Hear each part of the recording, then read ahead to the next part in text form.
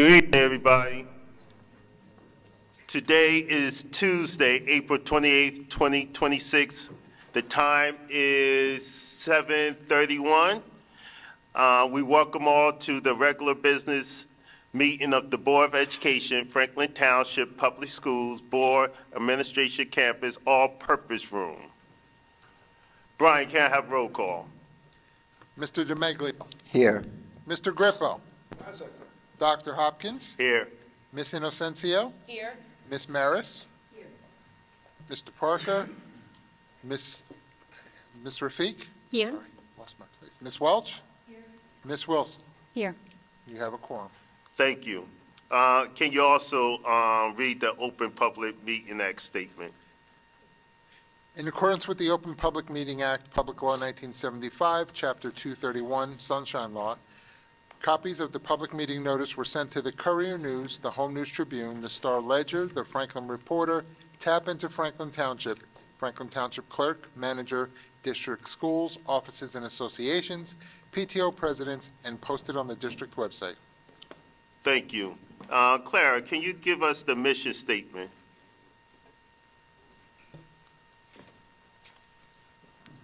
Franklin Township Public Schools embraces its diversity, fosters excellent educational innovation, and empowers all students to achieve their highest potential. Thank you. Can I have a motion to action to adopt the agenda? Second. So moved.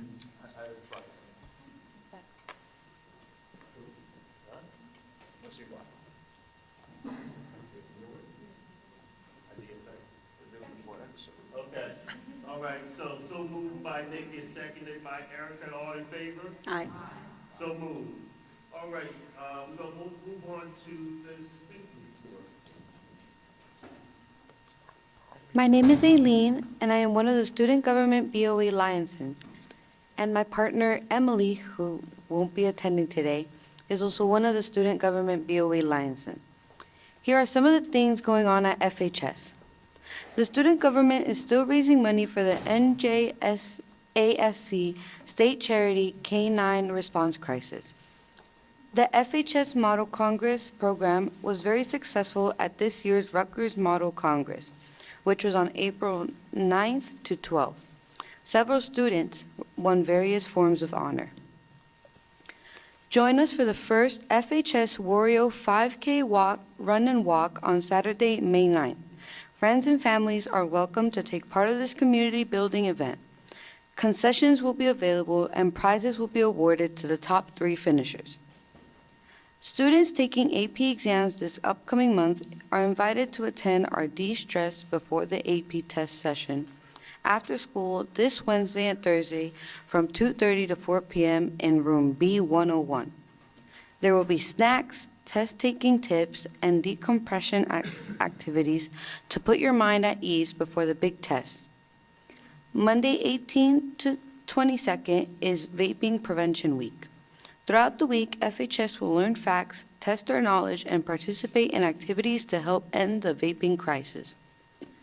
FHS has upcoming events including the Spring Band Concert on April 29th at 7 p.m., the Spring Orchestra Concert on May 5th at 7 p.m., and the Spring Guitar Concert on May 7th at 7 p.m. The FHS CTE Company Dance Concert on May 16th at 7 p.m., and the FHS Dance Concert on May 22nd at 7 p.m. Come out and support the arts. Thank you. Before we move on, I was so excited. I wanted you to get your report out the way so you could go do some homework, get ready for the finals. But we're going to do the Pledge of Allegiance. And since I'm going to lead it. Pledge allegiance to the flag, to the United States of America, and to the republic for which it stands, one nation, under God, indivisible, with liberty and justice for all.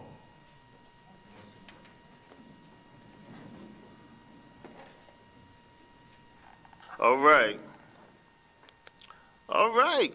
it's showtime. We're going to pass it on to Dr. Rivali and his team for the 2026-2027 budget. Thank you, sir. Good evening, everybody.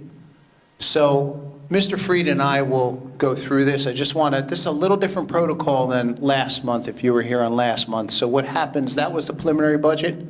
This budget has now been advertised, approved by the county. This now becomes the final budget for presentation for the board to consider this evening. So how the hearing works is a little bit different than how the preliminary budget presentation works. How the hearing works is we'll go through the presentation, we'll call for questions from the board. We, Mr. Freed and I, school business administrator and I, will answer board questions and or hear their comments. We'll go back to our seat, and then the president will call for comments from the public, at which point you would come to the podium like you would do during a public comment part to ask questions, make comments, or choose whatever you want to do. That's 3 minutes, and then you'll go back to your seat, and when it's all done, the board, either myself or the board or somebody, depending on who the president selects, will answer your questions and or respond to your comments, okay? So I just wanted to make sure everybody knew the protocol. With that said, I'll get going. It's a little bit of a lengthy presentation, but I promise not to take that long. Some of this information was reviewed. It's been in the newspaper, so I'll try and breeze through some of that. But there's some really important slides here that I want to make sure we get through on the deck. First off, public hearing, April 28, 2026. This is for next school year's budget, which would begin July 1, 2026. School year running July 1 to June 30th. This is our Board of Education members. The asterisk denotes who is on the Finance Committee. So the chair of the Finance Committee has the double asterisk, and that's Mr. Parker, who is also a Board of Education member and a chair of the Finance Committee of the board. This is all of our budget managers, and I always like to show this slide because I think it's important for folks to realize the number of people involved in the management of our school budget because our district is rather large. And you can see all of the folks that are involved in not only helping to build the budget, but also in managing the budget, which starts really at the building level. In the middle, the principals, works out through the central office folks in both directions. So there's about 40 some odd folks that are involved in not only building the budget, but the daily execution of the budget. Tonight's meeting, we have 4 real goals. The first goal is to approve or review the previously approved budget goals. That's something I'm going to go through quickly because we've hyperlinked those. This presentation will be online when we're done, by the way, so that this way you can go back to it, refer to it, and you can click on the hyperlinks and you'll be able to see all of the information that I reference, all the support information. We'll review estimated revenues and projected tax impact. That will be Mr. Freed's job, our school business administrator, who will do the second part of this presentation. We'll receive Board of Education comment first, public comment second, and then immediately following, the board would consider the 26-27 budget for a vote. The goals, I went through them last time. Most of you, some of you were here, and those who were not, you'll be able to read these for yourself. What's blue and hyperlinked, that is how the budget goals that were approved by the board back in the early fall, that's how the budget goals tie to the board goals. So the board has very specific goals. They're hyperlinked in that blue color, and these are the budget goals that guide the budget development process. Next, the board, as you know, has a board-approved strategic plan. Each plan has a goal area, or contained within the plan, there's a goal area. Each area here is hyperlinked so that you can also see the connection between what is considered a budget goal and how that connects with the board's strategic plan. Now, As you build the budget, building the budget with the 45 folks who are involved, or 43, whatever the exact count is there, that are responsible for helping to build the budget, you have to overcome some obstacles. And some of the obstacles in our way this year were healthcare costs rising at unprecedented levels, as I had shared in the preliminary budget. I believe the state health benefit plan went up in the neighborhood of about 30%. We're obviously very similar to that. So that makes building the budget very challenging with a tax levy increase at our current level. An increase in salaries greater than 2%.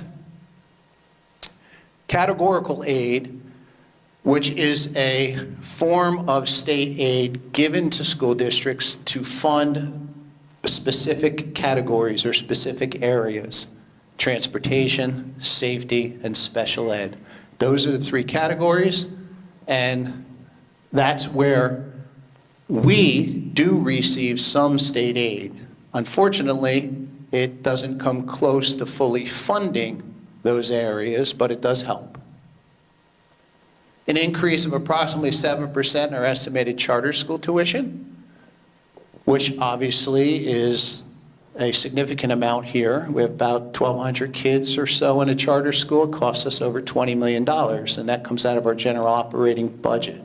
Unfortunately, money doesn't necessarily follow the kids, and what I mean by that is the state considers a certain per pupil amount. They multiply that by the number of students with the idea that the money is following the kids, and you'd be able to reduce costs in an equal amount, but of course that doesn't necessarily work because we're a very large district. So if you take 1,000 kids out of a district this size, especially when a majority of them are from the elementary level, what happens is they're coming from 7 different campuses. So you're having very little impact on the operations of those campuses. The lights are going on, the electricity is still running, the heat is running, the air conditioning is going, and the classrooms are there, the teachers are there, because you're pulling few kids out over a large geographical area. So it's not dollar for dollar in savings. There is some savings, don't get me wrong, but it's certainly not dollar for dollar. And then Mr. Freed will likely mention this. There's a decrease in $4 million in revenues from us not using reserves over the last few years in order to shoulder some of the burden so that the tax levy didn't need to absorb the burden. What we chose to do, what the board chose to do, was to take some money out of the bank in order to balance the budget rather than push that toward tax levy. Unfortunately, that's a one-time affair, and what happens is you get those reserves into a position where you need to not go any further because you could jeopardize, should you have an emergency of some sort, not having that money available to cover your emergency. Now, you're likely following the news and reading the newspapers like everybody else, and there are districts all across the state that are struggling with those kinds of deficits right now. I don't know who the latest was, I can't remember, and plus I never like talking about other folks' businesses, but there was a recent district somewhere right here in central New Jersey that had that now has a $14 million gap in the current operating budget that they have to close in order to continue moving forward. It becomes very challenging when you're dealing with those kinds of things. I think earlier in the year there was one up north, Montclair maybe, that was all over the news, I'm comfortable in saying it. Similar situations, and that's the result of taking those reserves down to dangerously low levels. So again, an obstacle for us because that $4 million's not there this year. Here's the big challenge. And for Franklin and some of our neighboring districts, it's the state funding formula. So I'm going to do a little bit of a lesson here, so bear with me. And if you understand this, I apologize ahead of time. If you don't, and most of our board members do, I think it's important that we all get a good understanding for what's going on at the state level and how that's affecting our community. So there's 2 big variables in the state funding formula. One is called adequacy, and one is called fair share. Adequacy is what it says. It's the New Jersey Department of Education's district thorough and efficient adequacy budget. So what the state does is they take a base per pupil amount. I believe this year it was a little over $15,000. And you can look that up online. It's a state formula. So they take a base elementary amount, what it would take in their mind to educate an elementary student. And then they adjust it they weight it, so they give you a little more credit for a kid who's at the middle school level. Maybe they give you a kid and a half or a kid and a quarter for each kid that is at the middle school level and at the high school level. We call that the secondary level. And then for a kid who doesn't speak English as a primary language, they give you a little more credit for that. And for special ed kids, they use a larger number of somewhere around 24,000 and give you a universal calculation for what they believe it costs to educate kids to meet the New Jersey standards. You all know we operate on standards. They call this core funding for math, science, English, all the subjects that we all took. And they call that your adequacy budget. That's ours, $198,766,023. That's the state's understanding, which, by the way, is inadequate, but that's their understanding of what they believe it should cost for us to educate kids to meet their standards. Okay? Here's the problem for us. New Jersey fair share, the other variable in the state funding formula. This is the believed capacity of folks in Franklin, or if you live in Hillsborough, they give you one in Hillsborough, they give you one wherever. It's the capacity of the residents to fund that adequacy budget on the left. So I guess that's a grayish color, that 198 million. That's the adequacy budget.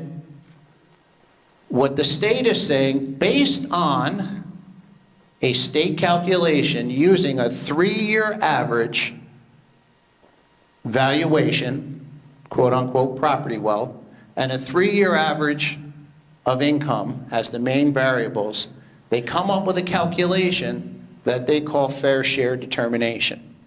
So now you look at the box on the right, 200,456,802. And the state is saying that that is what Franklin should be able to tax in order to support the adequacy budget.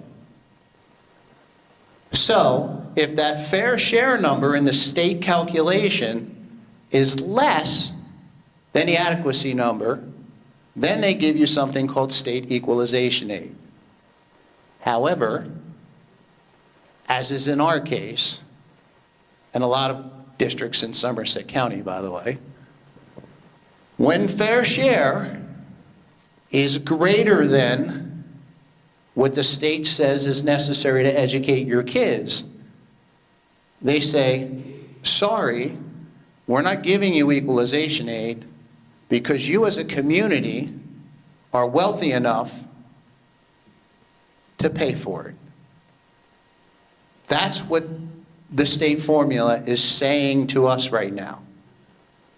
So under state equalization aid, in our download from the state, there's a big old zero.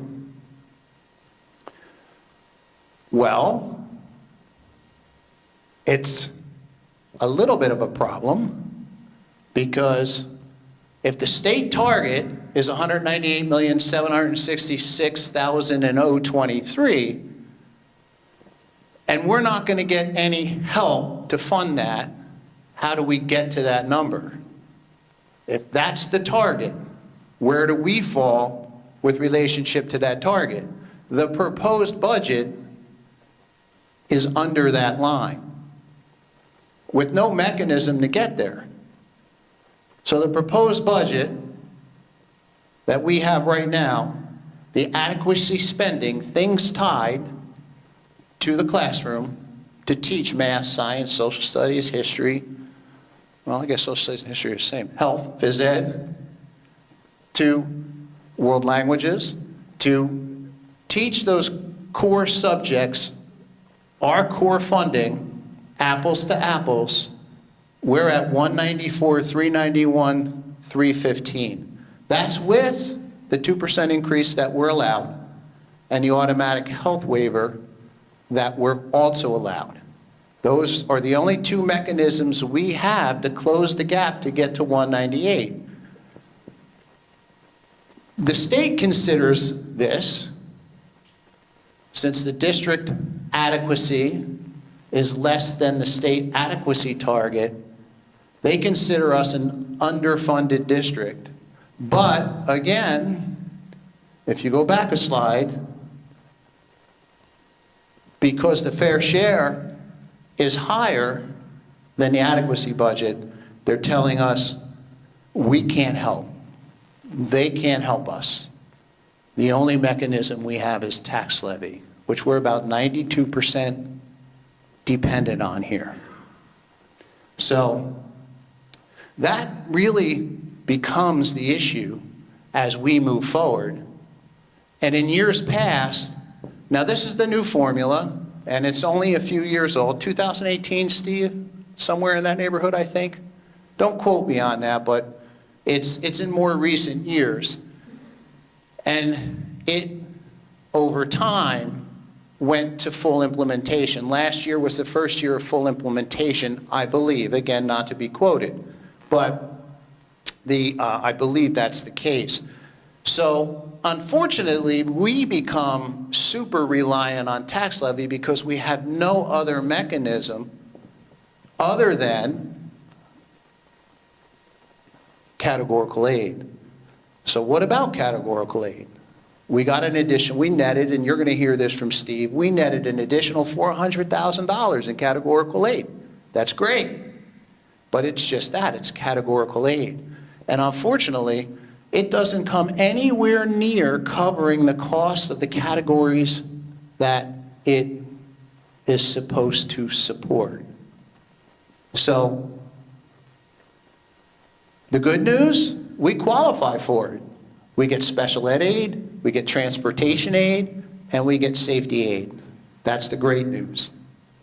The bad news, the amount of state aid received only partially at best covers the costs associated with those areas. And when Steve gets up here in just a little bit, you're going to see they're big numbers. And thankfully, and I said this last time, smart move on the board's part, a 3-year contract on transportation. I can't even imagine districts that are dealing with new transportation contracts this year, given the price of diesel fuel right now, because that impacts what you pay for a bus. Because I can tell you the bus company isn't going to absorb that cost. They are in our case because we got a 3-year contract, but they're not going to absorb that for a district that doesn't have a 3-year contract, and many districts don't. Because for many years it was wiser to live off of what they call a CPI increase. It was a small amount.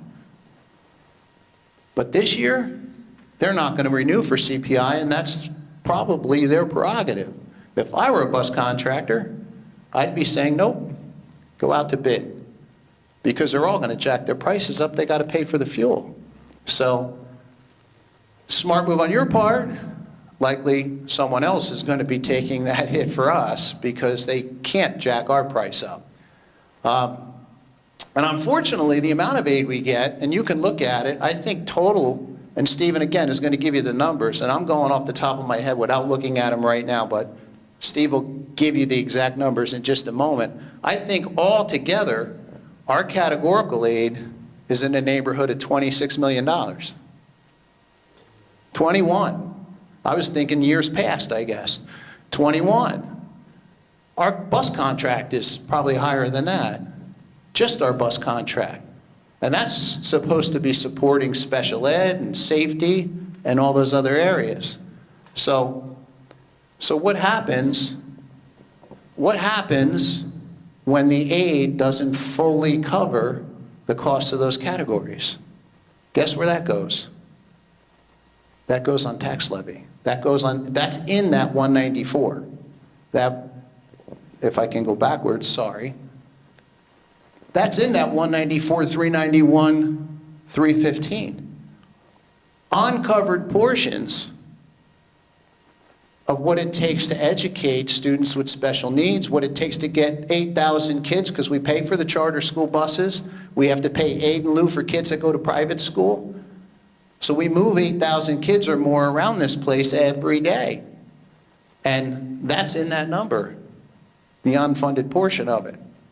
So you can see there's a lot in there, because, by the way, some of that safety and transportation is barely accounted for in that 198. And that's part of the problem, by the way, and I apologize for going on, but I think it's important to understand. Part of the problem is that 198 is artificially low. It's not encapsulating everything. You're getting 24,700 and something, or call it $25,000 a kid for special ed.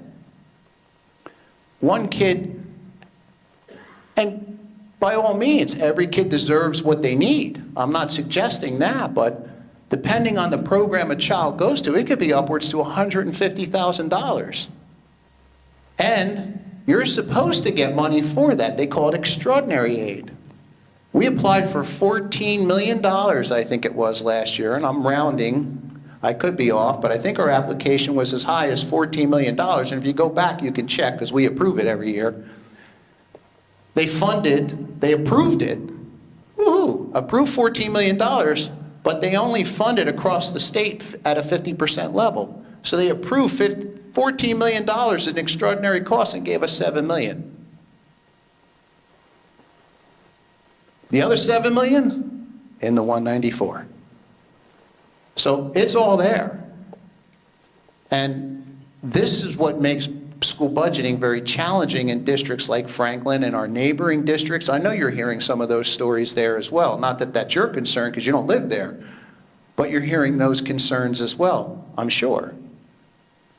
But it's that adequacy number really needs to, now, if that adequacy number, and then I promise I'll shut up and get to some of the other stuff, but if that adequacy number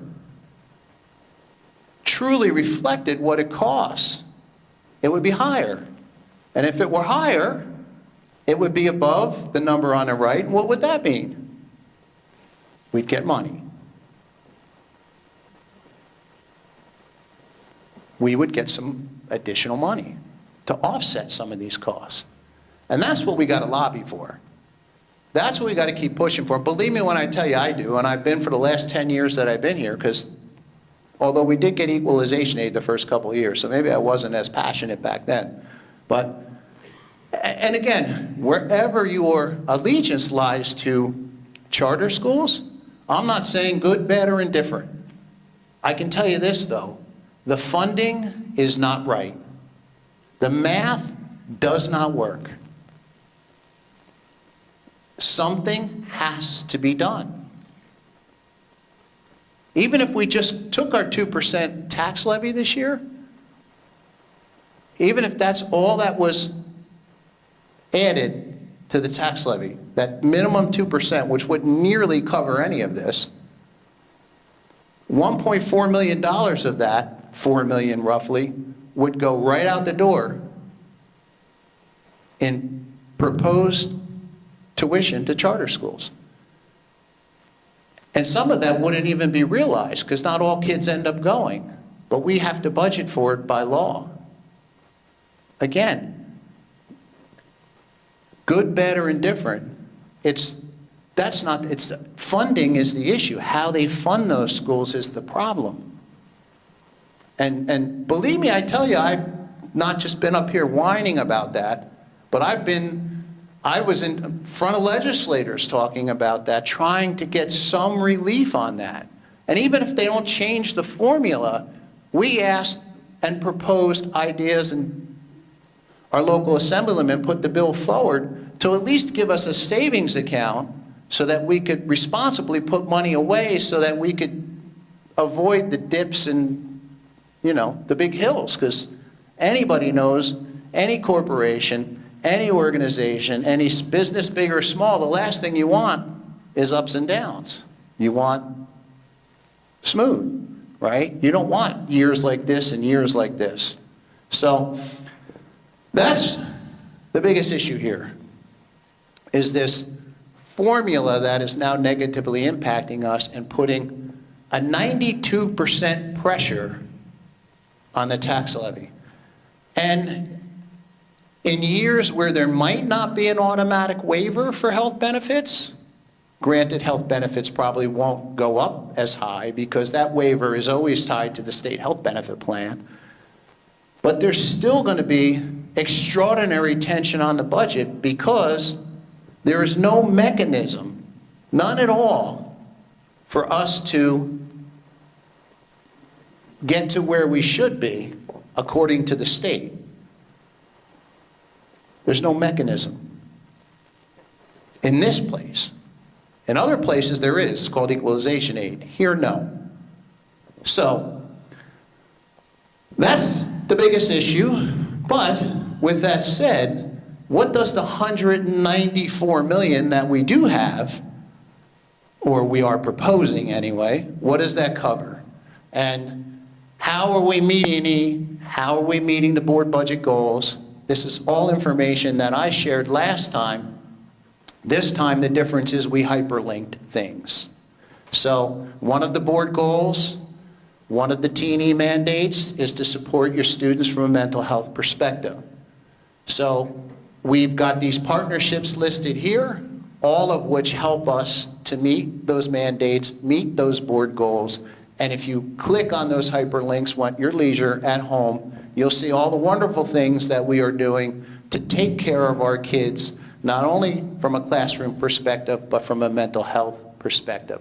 Of course, there's always physical safety, and we know the challenges that come along with safety in schools nowadays. So you can see the kinds of things we're doing here to protect our kids on a regular basis, all in that $194 million.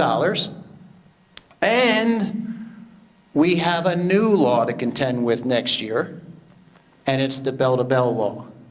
And that's about cell phone control in the schools, or lack thereof, keeping phones away from bell to bell, which in a high school with 2,300 kids or 2,000 plus kids is not going to be easy. And a middle school with equally as many kids, certainly not going to be easy. There's a lot of strategies that can be employed, some of which will cost money, but the budget supports some of that as well. We have wellness initiatives listed here. We do a lot with Sustainable Jersey.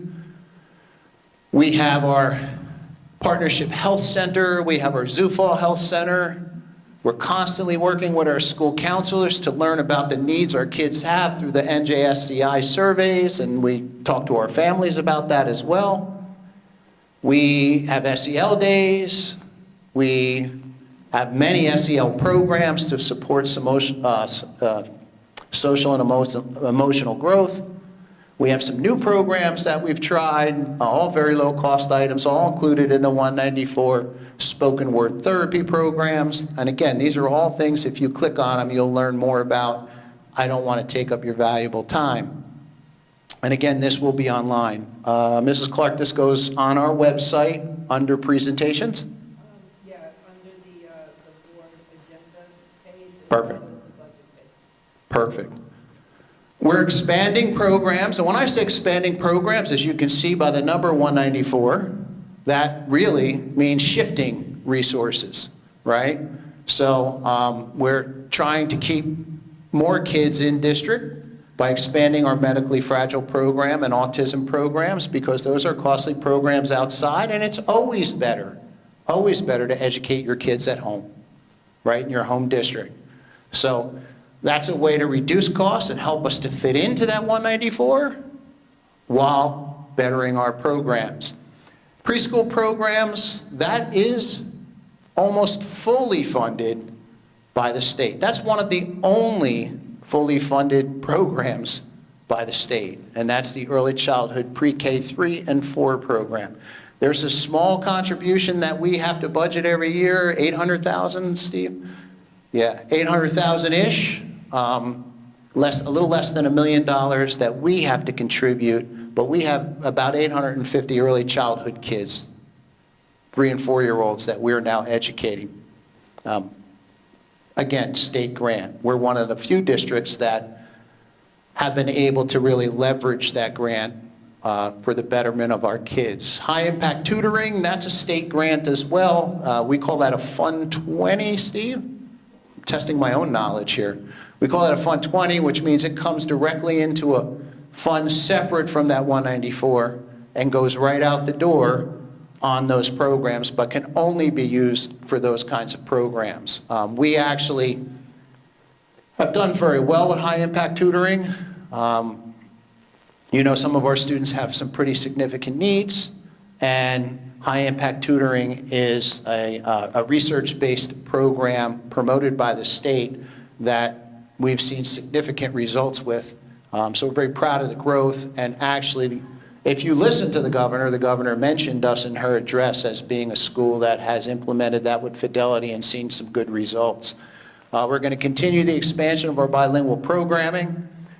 We have a growing population, a growing bilingual population, and of course, that takes resources. So we have to meet their needs, and we're mimicking that program. We have one at PGM, and now we're having a mimic program to that at the other end of town here, CES.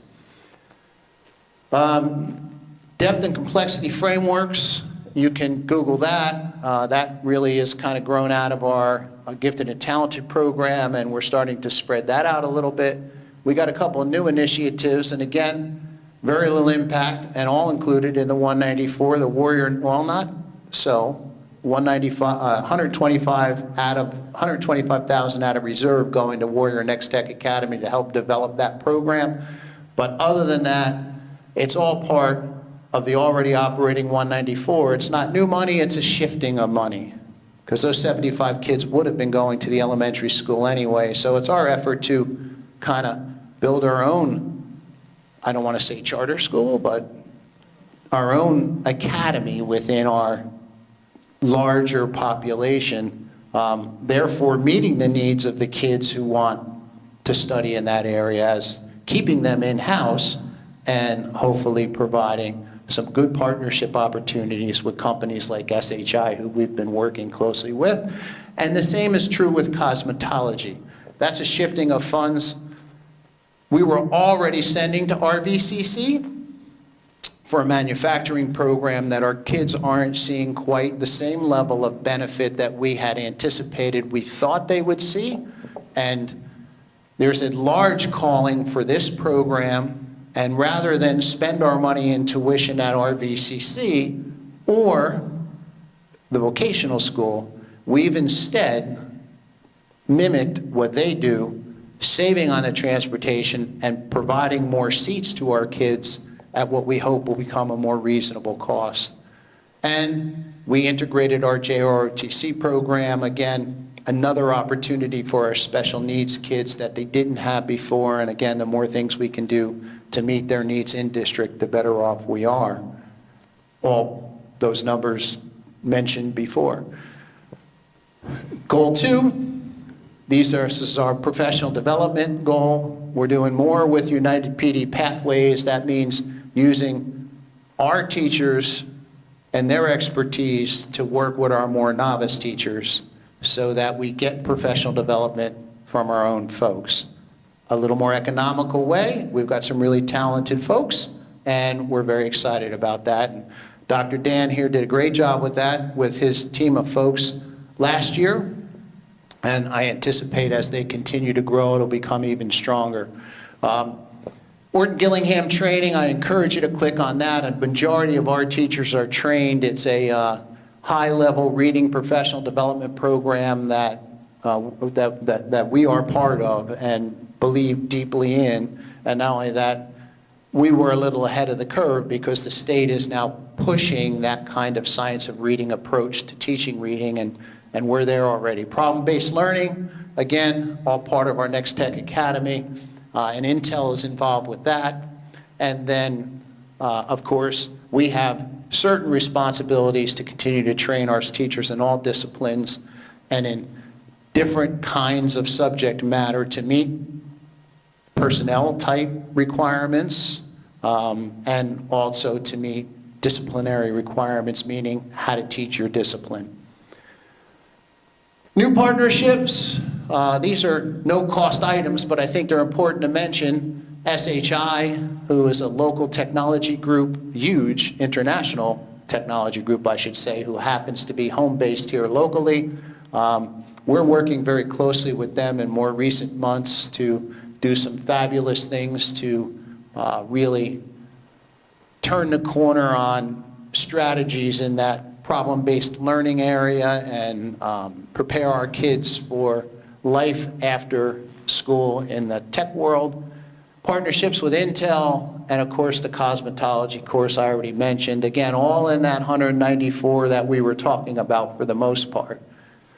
And then other initiatives to strengthen our partnerships with the community. I don't know if you all know this, but we used to run our aftercare program and before care program. Problem with that is when you run your own program, if you don't run it at a profit, then you have to go into that 194 million, that operating budget, to make sure that program stays in the green and out of the red. Well, very expensive ordeal. Some years ago, we switched, got into a good partnership with Greater Somerset YMCA. They use our facility, we pay them nothing, they collect tuition, and they run the whole program. No strain on the operating budget, one of the best things we did, and they do a phenomenal job, by the way.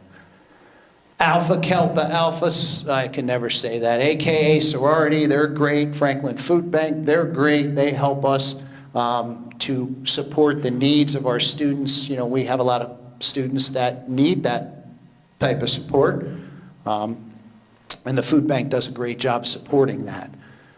Food insecurity is a big thing. It's a big thing here. It's a big thing all over.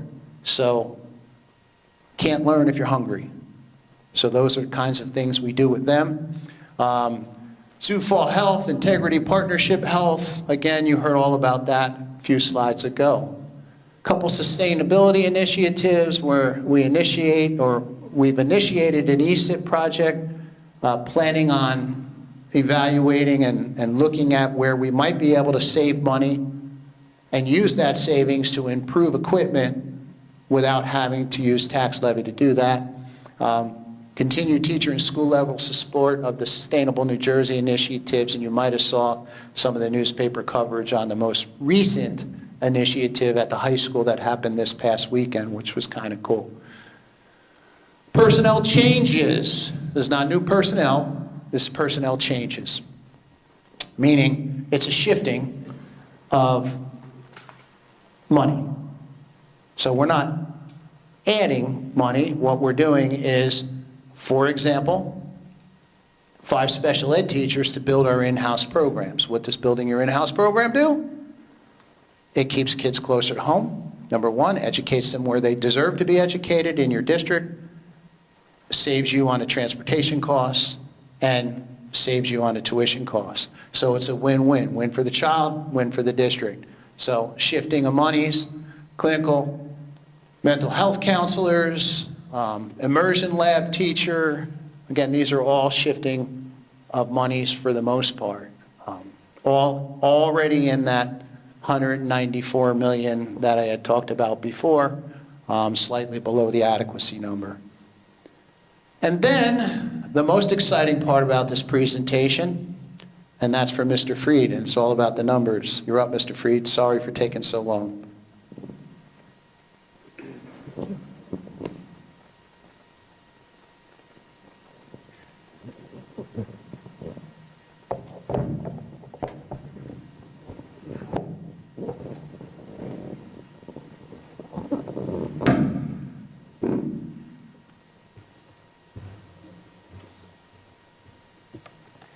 Good evening, folks. Stephen Freed, School Business Administrator. I am going to run through the numbers with you, the revenues and appropriations.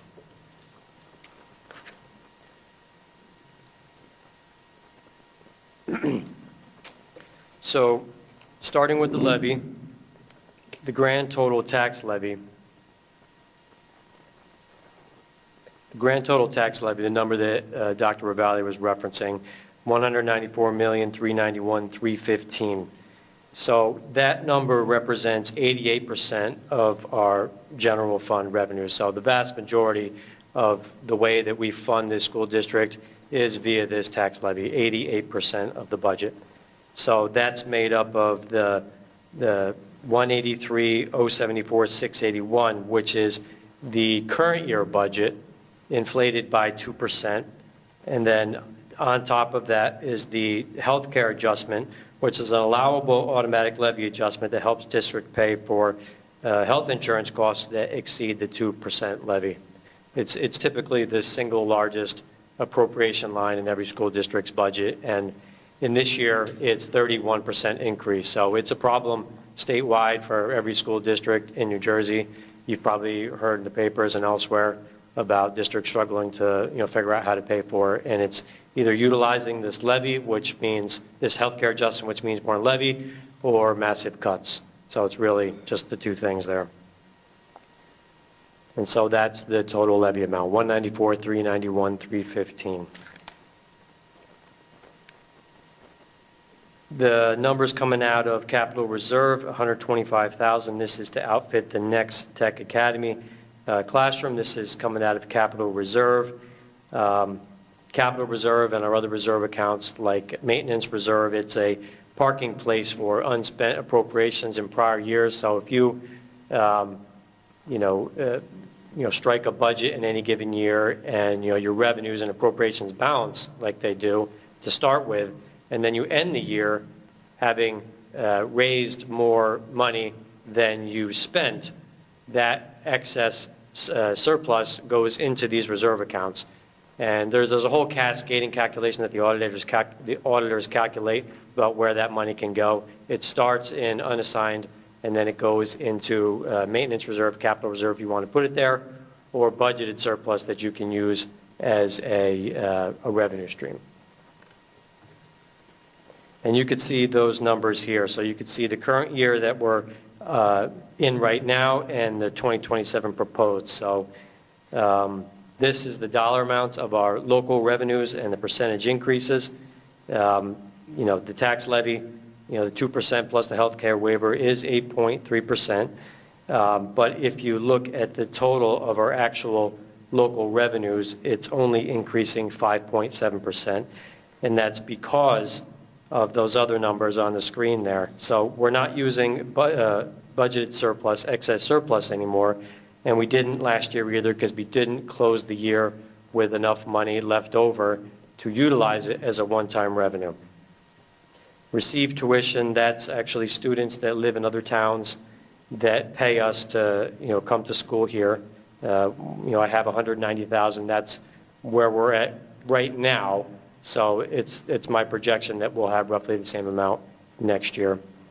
Capital reserve, we did 1.5 million in projects this year, and we're only doing 125,000 that we're projecting next year. That's the next Tech Academy.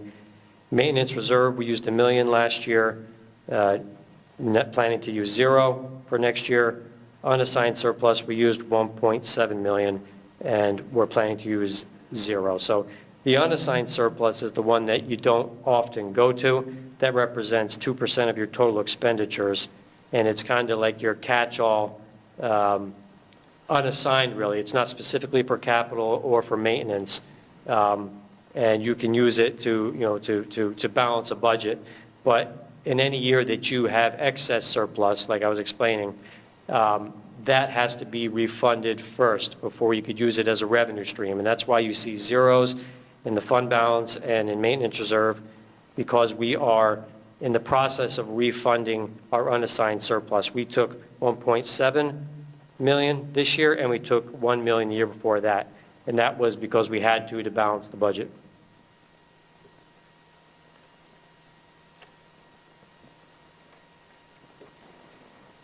The next category of our general fund expenses, or I'm sorry, revenues, is our state aid numbers. So the categorical aids is the first number there. That's special education aid, transportation aid, and security aid.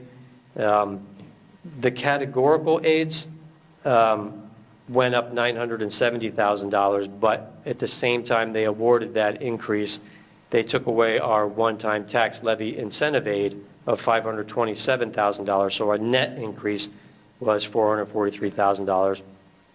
Extraordinary aid, this is aid that's used to support our added district tuitions. And I increased our projection by $550,000 because the most recent grant award for extraordinary aid was $3.3 million. So we have reason to believe that. Yeah. Yep. So 3.3. And that is with a projection that they're only going to give us half of what we applied for. Again, of course, we never know, but it's typically around 50-ish%, 50, 51, 52%. But in talking with Special Services Department, who develops that spreadsheet and that application, it's reasonable to think that we'll, again, get 3.3. So, you know, that's good. It increases our projection, 550,000. The semi-aid, this number is actually provided to us by the county office. They tell us what to put. We project that we're going to exceed this amount, but they tell us to budget 154,000. And this is a reimbursement for health services provided to Medicaid eligible students. So the total aid revenue, $24,910,677, an increase of 4.5%. So total general fund revenues, $220,518,992, increasing by 5.57%. The other funds, as part of our operating fund, are the special revenue and debt service fund. Special revenue fund is basically our grant fund. It's made up primarily of our title funds, our IDEA funds, and our PEA funds, preschool education aid, also called PEA, and also our local grants and donations to a lesser extent. Standard practice is to budget these grants at 85% of your current year allocation. So you would typically see a reduction of 15% on this line, but we did get some extra money for PEA of $400,000. So the net of all that was a decrease of $689,622, or a decrease of 3.6%. And the debt service fund, this is Fund 40. This is all based off an amortization schedule that is projected out, quite a ways, because this is our bond principal and interest payments, and you just take the numbers right off the schedule, and this is your payment for the next budget year. For a grand total of $246,584,575, which is an increase overall in our operating budget of 4.59%. And just for reference, this number in the prior year, when I was doing this presentation, was 6.93%. So this increase of 4.59 is still less than last year's increase. So this is a slide that we didn't present at the preliminary budget. Although there are no changes from our preliminary budget, we didn't present the breakdown of these major categories where we take the entire budget and we try to squeeze it into different buckets that are presentable to the public. You'll see some modest increases and decreases across these lines. With the exception of a few there, you'll see employee benefits, and this is medical, prescription, dental, and vision, et cetera, is increasing $13.2 million. So just for reference, the 2% levy, if we were handcuffed and had to only increase our levy 2%, that amounts to $3.5 million. So if you look at some of these budget increases, we'd have some serious cutting on our hands to do with only a $3.5 million increase in levy and all of these expenses increasing. So that's that's health benefits increasing 31%. Charter school tuitions, that's $1.5 million right there, 7% increase. And there's some, decreases on different lines from some things that we did last year that we're not going to plan to do next year, and such as like our capital outlay. And so, yeah, the total expense there, similar to the revenues, is 220,518,992, an increase of 11,634,058. And so the tax rate, now, as a reminder, the tax rate is calculated on a calendar year. The municipality is the ones who levy out the taxes, and they do their budget on a calendar year. So we have to, do some work on our end to present this out to you guys, because our budget's on a fiscal year from July to June. So each one of these calendar years encompasses one half of 2 different school years. So the current year, calendar year 2025, is actually the second half of fiscal year 25 and the first half of fiscal year 26. And the calendar year 2026 is the second half of FY 26 this school year, and the first half of 27, the one that we're building, that we're presenting right here. So in doing that, the tax levy number there on the calendar year basis, which won't tie back to any of my other tax levy numbers for the same reasons, is 193,717,670. The net valuation taxable is 17, I think there's $1 billion. That's the sum of all the ratables in Franklin Township. So you calculate that across the levy as it relates to the net valuation taxable of the entire township, and you get a tax rate of 1.11%. So it's an increase of 0.05%. And so to the average homeowner, the assessed value of the average home, this number comes from the tax assessor's office. And so, that's what you see here. It actually increased to the average home of $17,055. And in taking the average homeowner's valuation times the school tax rate, you have an annual tax impact on the average home of $6,393, or an increase of $481 annually.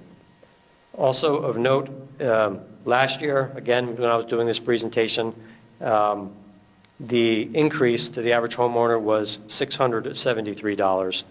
So a positive spin way of looking at it is that it's less of an increase as in last year. And hopefully we stay with that trend when we get through this climate that we have out there in the States of high inflation and high costs. And that concludes my presentation. Thank you, sir. So just a reminder, how it works now is we're going to turn to you, Dr. Hopkins, and ask for questions from the board, and then we will sit down, and then there'll be a 3-minute public comment period for folks to come up to the mic and go from there. But we're on you. All right. Don't run away from me, Mr. Freed. You got to stay up here and get questions from the board, my friend. All right, thank you for, I'm going to say my last thank you at the end, but I'm going to save the Finance Committee for last. But anyway, Clara, do you have any comments or questions on this budget? I do not. Okay. Nick? So Steve, just a quick question on the average sale price home It's a step For that. Nick. for that 400 and Okay, now you- whatever. What's that average home price? Can you say it again? What's the average home price? It was 6. There you go. Yeah. 572, 540. That's all I have then. All right, thank you. Jennifer? No questions at this time. Bill? Okay. So I'm glad to see more people came out this month than last month. We got a net increase of about 20 people. Years ago, about 25 years ago, I was involved with the magnet schools in Franklin Township with Dr. Clancy. He was the superintendent. And he came up with the concept at that time, was very popular, magnet schools. Franklin Township schools all had a different charter school type gene. And parents would choose by lottery what school they wanted to send their kids to. My job at the time was the parent information coordinator. I was in charge of the magnet schools. And so a parent would say, I want my kids to go to a science and technology lab, just like we have the new tech thing here. Or I want my child to go to a performing arts school. That was Pine Grove and Connolly. Science and tech was Hillcrest, and we didn't have McAfee. And then there was the international school. That was Franklin Park, where kids would wear a uniform or learn different international cultures. And there was a great increase in interest, and people would talk about it. I heard Dr. Logren recently talk about tell the story. We need to tell our story. Great, great way to put it.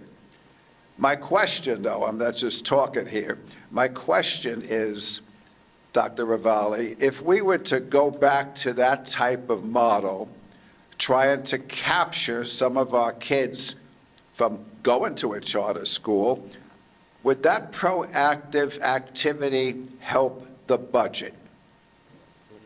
That's a tough question to answer because you'd have to also evaluate that against the amount it would cost to transport kids all over the district. Right now, we transport kids in a most efficient way and do it on 3 tiers, meaning we're running those buses around town 3 times, the same bus 3 times. We did that for a couple $1 million savings. That was how we were able to capture that back. It might outweigh the amount it costs to transport kids nowadays might outweigh your ability to do something like that. You'd have to actually do a much more detailed study on whether or not economically you could afford the transportation within the current budgets. Because again, there's no mechanism. I'll say it again, $194 million and change. There's no mechanism for you to go beyond. And in years where that health benefit waiver isn't there, you're going to have another $4 million. So you'd be at 198. But then adequacy should be up. So you're always going to be chasing that.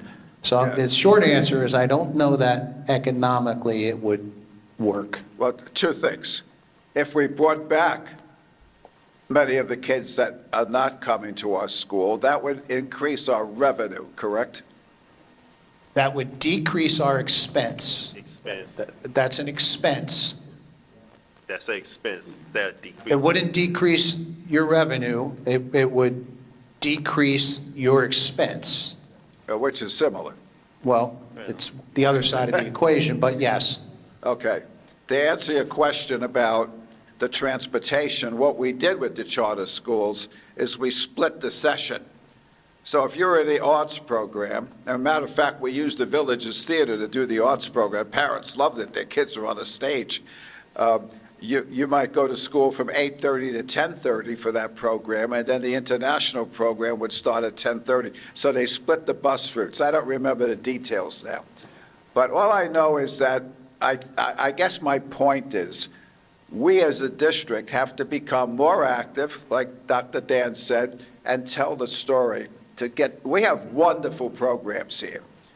Just this week, I don't know where Caesar went, but our kids got all kinds of awards, and the Marquee Awards for Central New Jersey. And many of you saw it in the Heights. Anyway, I know I'm talking a lot, but I know what I'm talking about. The thing is that we need to bring some kids back, and I think that would help long-term. There's no other solution to this. You're basically saying the state has us captured, right? Parents, people are here tonight concerned about their taxes. We have to try to be more aggressive. That's just my comment. Thank you. All right, before I get to the committee, Erica. No questions from me, thank you. Okay. All right, let's go to number one before I go to the Finance Committee. The committee itself, just like with the administration staff, has spent months wrestling, going over line items, and many hours listening to Dr. Rivali, Mr. Free, to bring us where we at tonight. With that said, Mayor? To go over the policy? Any Oh, questions? no questions, sorry. No questions? Okay. Lori? I have no questions, but I want to thank you for the clarity of that presentation around adequacy, fair share. Those are complicated concepts, and I did really appreciate the explanation. Thank you. And lastly, to our chair of the finance who asked those hard questions. Thank you. So, for clarity, with the loss of federal subsidies and the fact that we know from a statewide perspective we're not getting the same amount of support, that is a direct influence on our budget, is that correct? Yes. Okay. So then, what we're saying is that we're not getting as much as we could from the states when we talk about not being within adequacy, but then also the cost of transportation, safety, and special education. Well, I'm going to rephrase that a little bit because we're getting what we can. Right. What I'm suggesting is it doesn't cover what actually gets spent, and not just by us, but by the entire state. Because again, we're not the only ones having this discussion this week. There are neighboring towns having even bigger discussions than what we are. But that is part of the problem. The adequacy target doesn't truly reflect the expense, which keeps you under that number on the right, keeps you under that fair share, and therefore doesn't allow you to qualify for any state help, putting it all on the taxpayers. Okay. So technically, unless we advocate then for a different equation, right, then we'll always be chasing that number. I will say likely, based on the valuation numbers that Stephen gave you. They're pretty high valuation It's numbers. based on inflation itself. Yeah, right? and This but is inflation. property wealth Right. here is big. Right. And, I don't know that, and don't take this the wrong way, but I think that the formula may rely a little too heavily on property wealth, to be honest with you, and maybe not enough, because relying on property wealth when you have a community like ours that's pretty rich in commerce might put unfair burden or strain on the taxpayer. But I can also tell you, and not that, because now you got me started a little bit, I have a very similar situation in my own community, which is different than this community, but smaller and high property value. So similar situation where we're all facing the same things that Franklin is, Hillsborough is, and some of the other communities that aren't getting that help any longer. Understood. And so now, with the programs that we're currently maintaining, let's just say we cut those, we got rid of them, right? And we said, okay, we'll let RVCC handle it, or we'll let Somerset VOTEC handle it. Per Mr. Grippo's point, that would or would not help us. Well, it wouldn't. I mean, if you could get rid of the program totally, but then kids could go to the vocational school, and if they go, then you're going to pay a tuition anyway, and you're going to pay a tuition and service fewer, likely.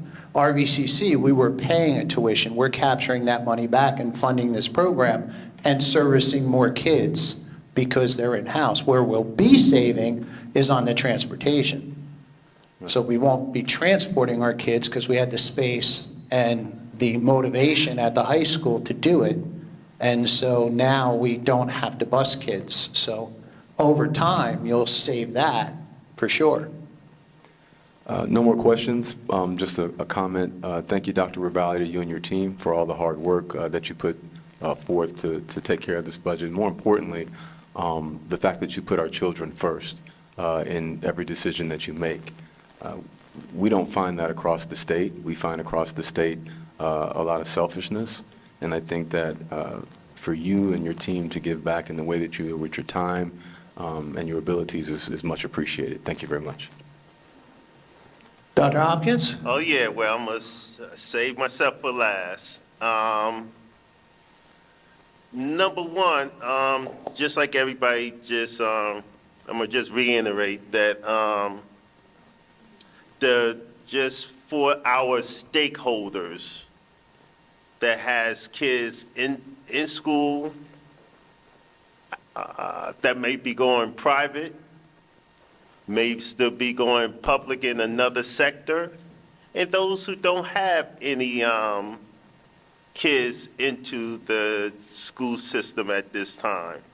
Number one, on behalf of the board, we take all our stakeholders and keep them in mind when we do ask the hard questions. And as the budget itself reflects, with the 194 versus the 198, we're not pushing the envelope to try to get to that 198. We're trying to be financially conscious of what we're doing. Now, one of the things that I'm proud of is the new programs that is being brought in next year with the Next Tech, Hospitality, the integrated JROTC for our special needs kids. Now, just think about it. We are a very diverse community. And one of the things I'm going to use, and everybody keep using the word now, and I guess he's going to stand on a pedestal for a while. Tell the story, like Dr. Dan would say. That we have kids that's going to graduate in June. They may go the military route. May go academically. And also, they may go to the military route. I'm proud of that because I'm built in all three facets. I'm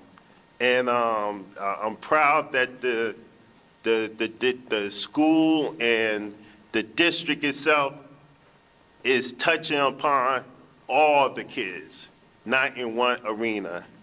One of the things also I want to share is that with the charter school situation, we have no control on what they may ask when it comes to increases. So, but once the increase is implemented, it's part of our budget, like it or not. But with that said, I want to thank all that was part of putting this budget together. Dr. Ravalli, this is your last one with us. And I know all the budgets that I had the opportunity in sitting with you, we may ask those hard questions, but you find a way to answer those. So we truly appreciate that. So with that said, can I have a motion to open up to the public, 3 minutes only? With that said, Dr. Solomon is the timekeeper. Whoever steps up to the podium, please state your name, your address, And be mindful of the time, and I don't want to be rude, but once your time is over, your time is over. So So- moved. Motion for public comment. Second. All right, so moved by Nick, seconded by Bill. All in favor? Aye. Aye. So moved. The podium is open.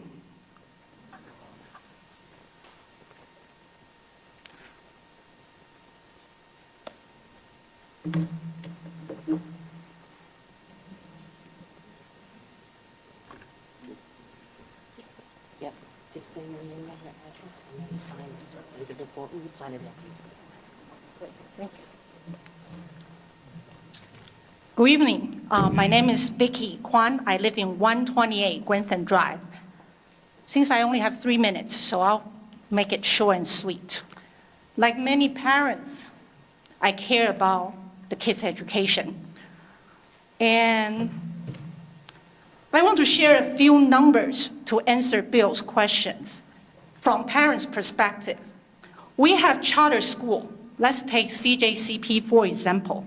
Number 1 charter school, 26 among 423 high school in New Jersey. And we have Franklin High.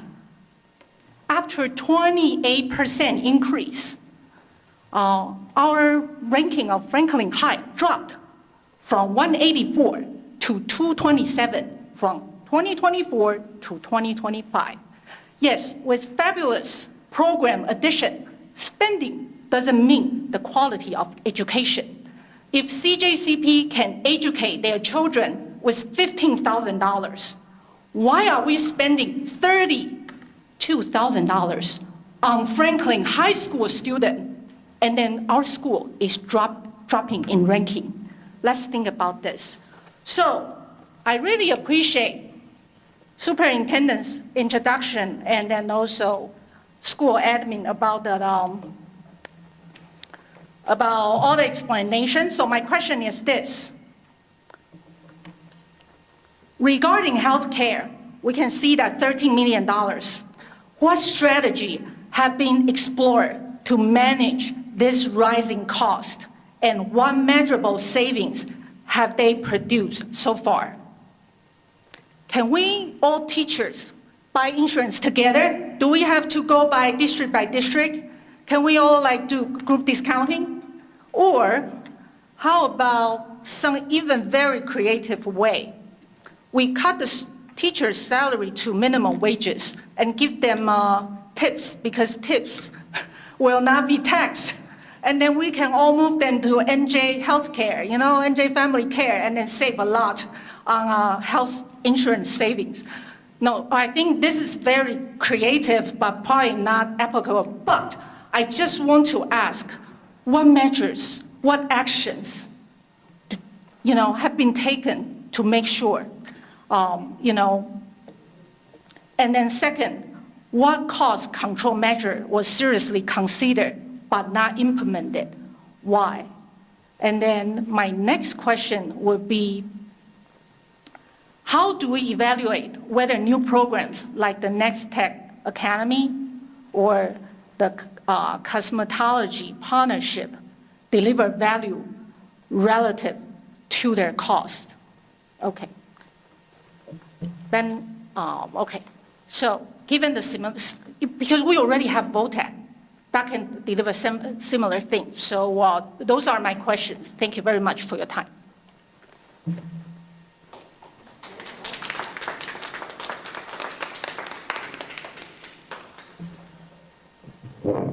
My name is Martin Sabatar. I live at 728 New Brunswick Road, Somerset, New Jersey. I have 2 questions for the board. One, on the agenda, there's a general warrants listed in your agenda item for $11 million, 500 and change. Can you explain what the breakdown is for that? And also, I'd like to know, according to your nice budget, why are we chasing after what the state tells us we need? Why can't we be more efficient? Why can't we run a more efficient school system and actually be lower instead of chasing after a number that the state generates? I mean, I worked in the private sector for 40-some years. It's all about efficiency. if you're chasing after a new budget, a higher budget, higher budget, higher budget, where's the conservative to the cost? That's all I have to say. Thank you.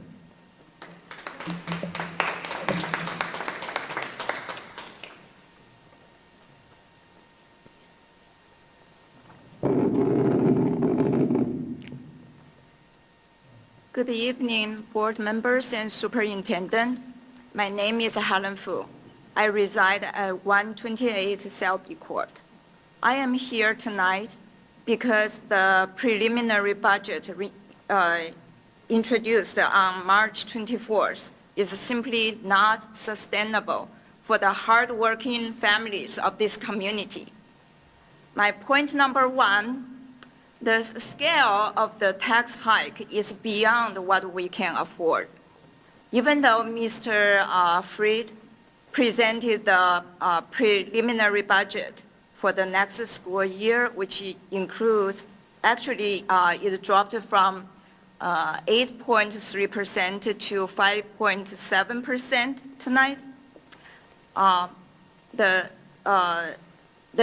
The increase is way beyond what we can afford.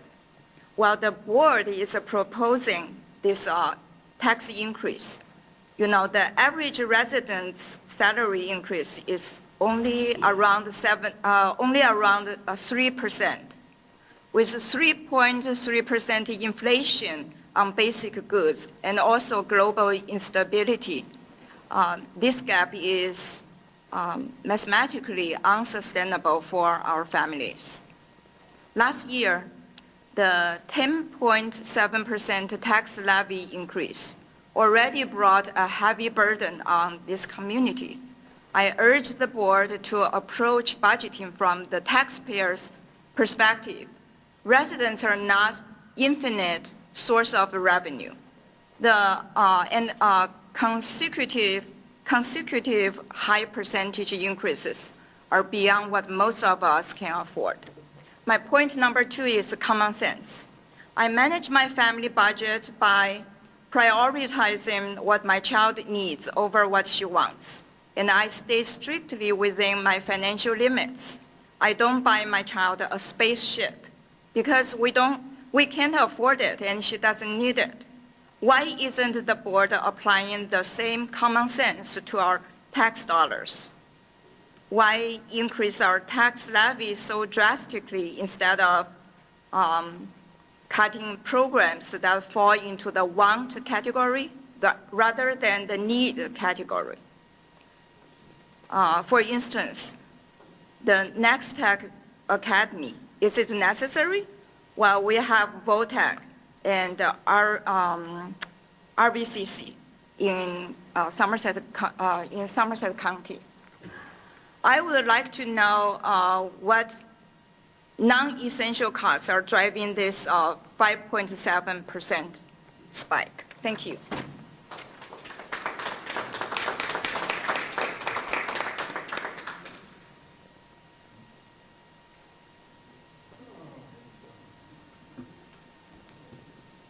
Mr. President, seeing no one coming forward, oh, we got one. Okay, very good.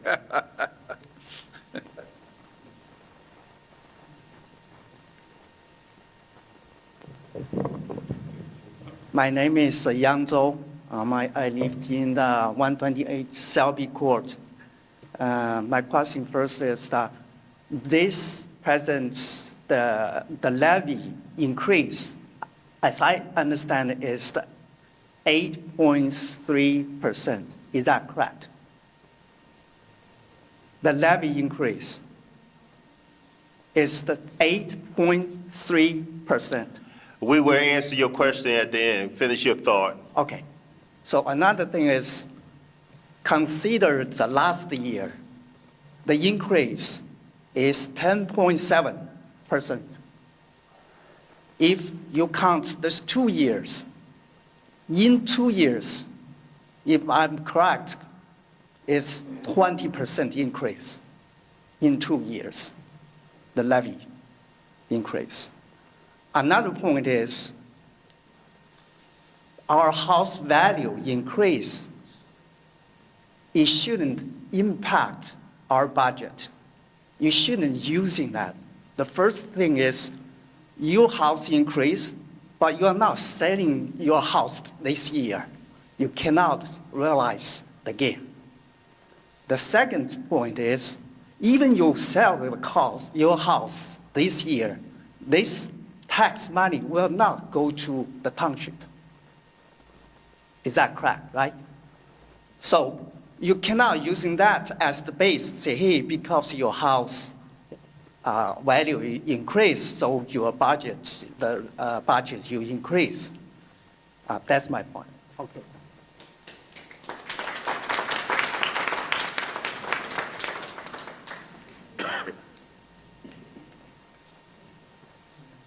I wasn't going to say anything. I come to these meetings, Karen Alifano, 334 Girard Avenue. That's my fourth address in 08873. I've lived here, I don't know, 20 years or so, an apartment, couple of houses, I'm renting now. To answer the question of why it costs $34,000 per pupil, we only know what we know. We don't know what we don't know. I'm in a position now, I'm an employee of the Board of Education.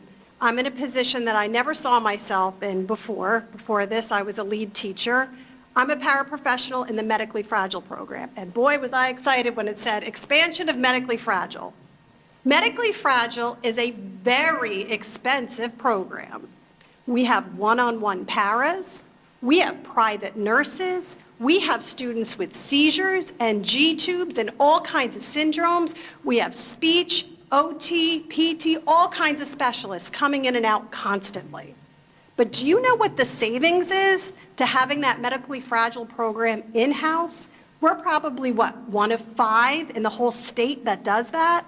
Because if we bust those 5 kids out of my classroom to those specialized schools, it would cost even more money in tuition, in transportation. So again, I'm only speaking on what I know, and that's what I do for a living. So I want to thank you personally for saying that you're going to expand medically fragile. So what it costs to educate my personal child is probably about $100,000, because she does get a one-on-one. That's me. You're paying for my salary and my benefits. You're paying for special ed transportation. You're paying for a bus para. And again, it sounds like a lot of money, and it is, but it's even more if you go out of district.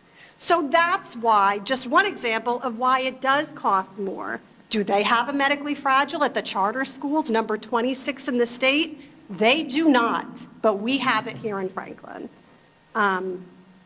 I'm going to hold the rest of my thoughts. But that just gives you, again, a little bit of education. You don't know what you don't know.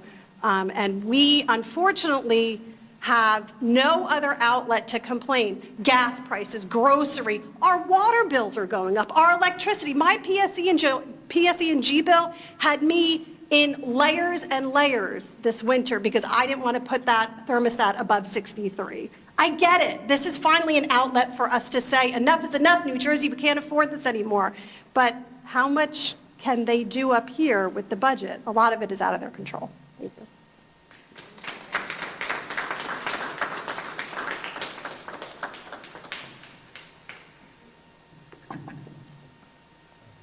Anyone else? I move to close the public session. So moved. We have a second? Bill and seconded by- So moved by Bill and seconded by Lori.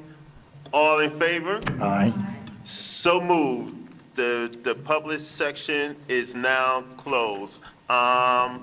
Dr. Vivalli, do you have any reflections or comments? Sure, I can certainly reflect on some of that. I'm not sure where the $34,000 per student number is coming, but we're going to certify, just so the board's understanding of this, we're going to certify, and we can't certify our tuition rates until after we approve the budget, obviously, because that affects your tuition rates. But the proposed budget, and I heard that was a high school number, the proposed budget, if approved tonight, the rate that we'll be certifying, and that comes out of the DOE software, will be $21,843 per pupil. So that's $21,843. I'm not sure where the $34,000 comes from, but that comes right out of the budget. Sorry, that's out of the budget software. We could talk afterward. That's out of the budget software, And that is the number per pupil that, or the actual certified rate per pupil. 6 through 8 would be 22,947. Grades 1 through 5 would be 2520, and pre-K and K would be 17,902. Now, they're all base rates. Of course, there's different numbers for special education students, but again, comes out of the software, and it's tied to all the cost centers necessary to educate those kids. For your understanding, board, those numbers will be actually, if this budget's approved, those numbers would be on the agenda next month for approval, because if we do get any out-of-district tuition students who are using a program, that's the number that we have to charge according to state regulations. With regard to charter versus Franklin, and I'm not sure which of the ladies brought it up, but brought up CJCP and performance, and that's wonderful performance for sure. But I can tell you this, we definitely have different populations. And one of the things we pride ourselves on is taking kids where we get them and moving them forward. I can tell you this, in both math, and I'm staring at the numbers, in both math and language arts, we outpaced Central Jersey Charter Prep. And again, I don't want to pick a fight with them, and this is not us versus them, but I want to clarify what the young lady said. Where, you know, they grew kids at a rate of 47, we grew our kids at a rate of 51 in the area of English language arts, exceeding their growth. And the same is true, actually we had just about equal growth. They had a 51 coefficient, we had a 50 coefficient in mathematics. We've been on the steady rise in proficiency in the last 5 years in both ELA and math, and there's been a slight decline in their proficiency rates in the last year. And I know this because they just applied for an expansion and were told they couldn't expand because the resident district was closing gap. And that's the intention of a charter school, is to do things a little bit differently. They're less regulated, they're deregulated in order to be able to have a little more flexibility. But in the eyes of the state, the two measurements they use, the kind of growth in comparison to the districts is not quite sufficient enough for them to be getting approved. So again, I'm just clarifying. I'm not certainly, it's not a disparaging comment. I think the world of the kids there, I wish them all the best, and I know they do a good job, I've had the pleasure of talking to lots of those kids, and I wish them the very best. But I do, from a factual perspective, want folks to understand, as we continue to increase our performance, they're not quite getting that same growth. And in fact, our kids are outgrowing them in the state's measurement. But I have to go beyond that, and I apologize, but I always take some notes when people are talking. I think it's important to highlight that, you know, especially in a district like ours, where we have a much higher than average rate of students with special needs. We have a much higher than average rate of bilingual and ESL students, and by the way, charter schools have a very small one. And I'm talking about just general population in comparison to other school districts around us. We have the higher percentage of students with SES, or economic challenges. We have been noted as one, if not the second most diverse school district in New Jersey. So you really just can't look at proficiency, because we get students that have much greater challenges than most places have. But with that, we do put a huge emphasis, and I know that we've got some teachers here, and they do a remarkable job with the kids, given what readiness some of our kids come to school with, which is the whole intention of our preschool program. So our emphasis on growth is really to take that kid from a start point, put a rigorous learning program in front of them, and move them forward. And the data bears it, because the kids are moving. We're doing our job when kids are learning, and that's what's happening here. And it's a result of the programs that we offer. And you can't do that in isolation. Our kids need lots of supports, and our kids deserve those supports. And as a result, we have to provide those supports in order to get the kind of movement that we get. So I know it's unfortunate, and unfortunately, based on that formula, it all falls on you folks here, because there's no other mechanism to support those programs as of today. So, and we are proud of our partnerships, and we are proud to take care of the health needs of our kids, because many of our kids wouldn't get it otherwise. Many of our kids wouldn't get the care that they need to come to school.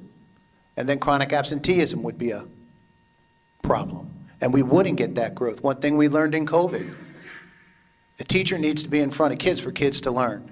And if kids are home, they're not learning. So that's the charter versus Franklin, if you will. Evaluation of programs, constantly. And that's where a lot of the money comes for these other programs. When we find a program is not effective, we don't continue it. That would be not the responsible thing to do, and would be, quite frankly, anti-education. If a program's not working, we move on. Dr. Dan's shaking his head because that's his sole existence. He and his supervisors and our teachers work together, and they measure the success of our programs, and when they don't work, we shift gears. And you know what? Not all of our programs do work. And that's because the needs of our kids change. Our population changes. We've got a growing ESL population. We didn't have nearly as many ESL kids as we have now. And in order to service those students, we need the supports. Our poverty level, we got a higher number of students in need. They need school supplies. They need food. We have pantries in all of our schools because a lot of our kids would go home hungry otherwise. Over break, we've got sororities, thank for them, and our great partnership with the food bank, thanks to them. We send our kids home with meals over break. We have a summer program because absent that, we'd have hungry kids. I mean, there's other stuff here that healthcare, I'm going to defer to Mr. Bonanno in just a second, but we are creative with our healthcare. And we're doing everything we can to control those costs. And remember, this is a forecast. Our hope is that it doesn't come to reality, but it's like the charter school tuition. That's a forecast. My hope is that doesn't come to reality either, because if that doesn't come to reality, then there's surplus. And then we can start to work on those reserves a little bit and get the district in a healthier place, and maybe start to use some of that again to offset tax increase, because you're not getting aid anymore. Unless that formula changes and we lobby for it, and you lobby for it, it's not coming back. So, and the more kids we can service in-house, the better off we are. First off, kids learn more here. Wouldn't you want to be with your friends? Wouldn't you want to be with your neighbors? Wouldn't you want to take advantage of the programs that we have, the extracurricular programs that schools only our size can offer? Of course you do. And of course you would. And you likely did. And kids want that opportunity.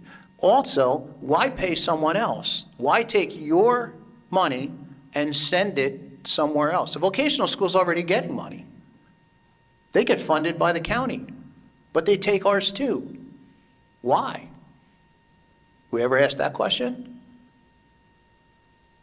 Why they need our money if they're funded by the county? That's the question I'd be asking. Why do you need to charge my resident district a tuition if my county taxes are already supporting that program?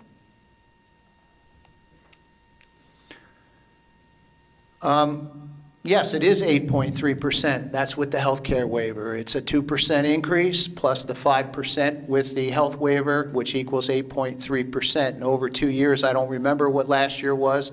I think there's another important part to remember is the unfortunate part is that we are on a split year, which means that some of last year's increase is on this year as well. So you've got some of this year's and some of last year's, and then some will carry forward into the next year as well. That's what happens when you're on a split year. Now, when do you benefit when you're on a split year? When there is that when there is that ability only is by 2% or whatever the case may be, or maybe that's all you needed, then you're spreading that out over 2 years. So now you're going to feel a real reduction, or less of an increase. I shouldn't say that because I don't, you never know. But I think that's an important concept to understand as well. And then, again, I'm going to defer to Mr. Bonanno on healthcare, but I'm going to just say one more thing. It's, and I know it's late and I apologize, but it is a challenge, man. I get it. I get it. We're all going through it in districts like this, my home district included. And it's really a function of the new formula for districts like this. Now, there's some winners, don't get me wrong, and good for them. But it's put additional pressure on places like ours. And that's the challenge we maintain. And it's not that we're chasing that adequacy figure, which, by the way, I don't think it truly reflects what it costs to educate a kid. In my professional opinion, take it for what it's worth.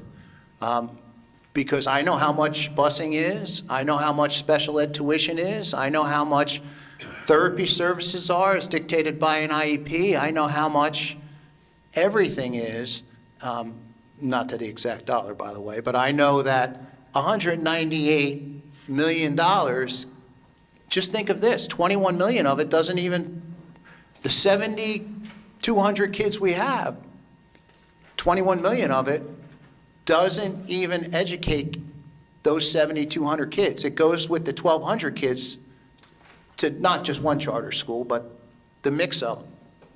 So really, that 194, that includes that 21, was it, Steve? 21. It includes that 21. So even just knock off 20, that's 174 going to your kids here. So I don't know. I think the board is acting in a very responsible way, doing everything it can to meet the needs of a really varied population and getting results. Whether you agree with it or not, there's results here. There's growth.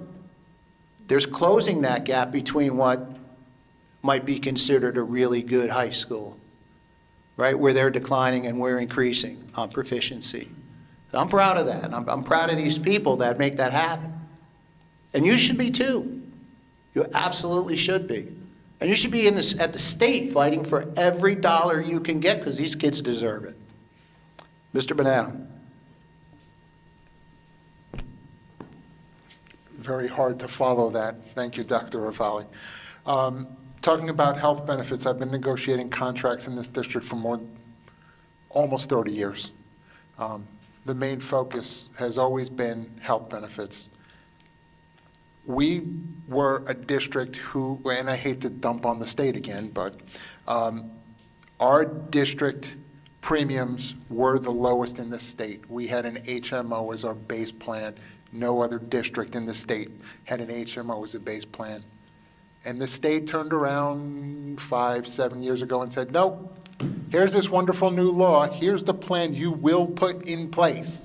You must offer this plan. And we did it.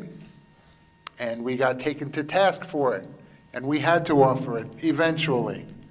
We're self-insured, which means insurance companies are making much less of a profit on our back. We have our own health center, which you heard Dr. Ravalli talk about. Our health center does wonderful things for our staff, myself included as a member of the staff. But one of the things it also does is keep costs down. The return on investment is at last calculation about 1 to 1.5, 1 to 1.7. So for every dollar we're spending, we're saving $1.70. But Healthcare is rising at a ridiculous rate. It's more than 10%. I don't know where that money's going because the doctors are complaining they're not making money. Hospitals aren't making money. So I don't know, maybe Lori can talk to us about how the insurance company makes the money. But we have to offer benefits, and we have to offer competitive benefits.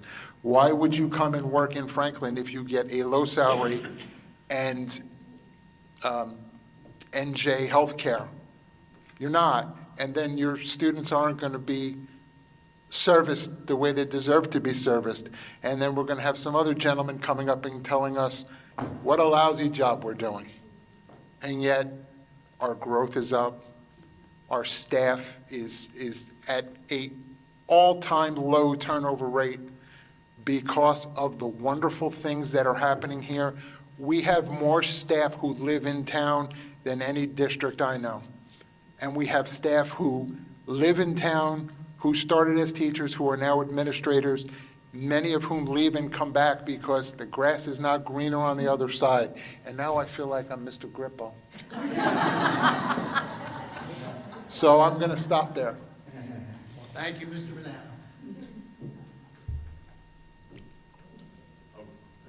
Got it? Okay. All right, folks, it's time. Can I have a motion to move this budget? Move to vote on the budget now. Bill is seconded by Mahir. So moved by Bill, seconded by Mahir. Brian, can I have a roll call on this? Mr. DeMeglio, Yes. Mr. Grippo, Yes. Ms. Inocencio, Yes. Ms. Merritt, Yes. Mr. Parker, Yes. Ms. McPhee, Yes. Ms. Welch, Yes. Ms. Wilson, Yes. Dr. Hopkins. Yes. So move. The budget for 2026-2027 has been accepted.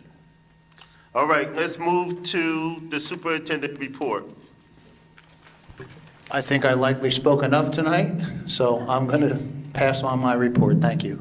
All right, thank you. Mr. President, I'd like to request that you allow the committee reports to be put online tonight. Is that okay? Once I get to that would be okay, once I get to it. Okay. I just wanted to get ahead of you on that.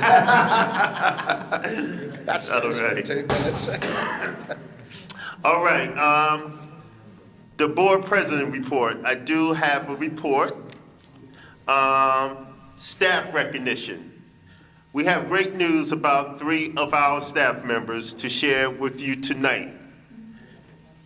These 3 women have recently won awards from organizations in their respective fields. They make us proud, and we applaud them for this recognition. They are Ms. Anna Washington, our Director of Research, Planning, Accountability, and Assessment, who was awarded the State Leadership Award by the National Association of Federal Education Program Administrators. Kudos to Anna. Second, Ms. Jacqueline Shoemaker, school counselor at Franklin High School, who was recently named the 2026 Counselor of the Year for Somerset County. And last but not least, Angela Hills, preschool teacher at Hillcrest School, who was selected as a 2026 Celebrated ED Awards winner by New Jersey Association for Education of Young Children. Congratulations. Let's give them a hand of applause.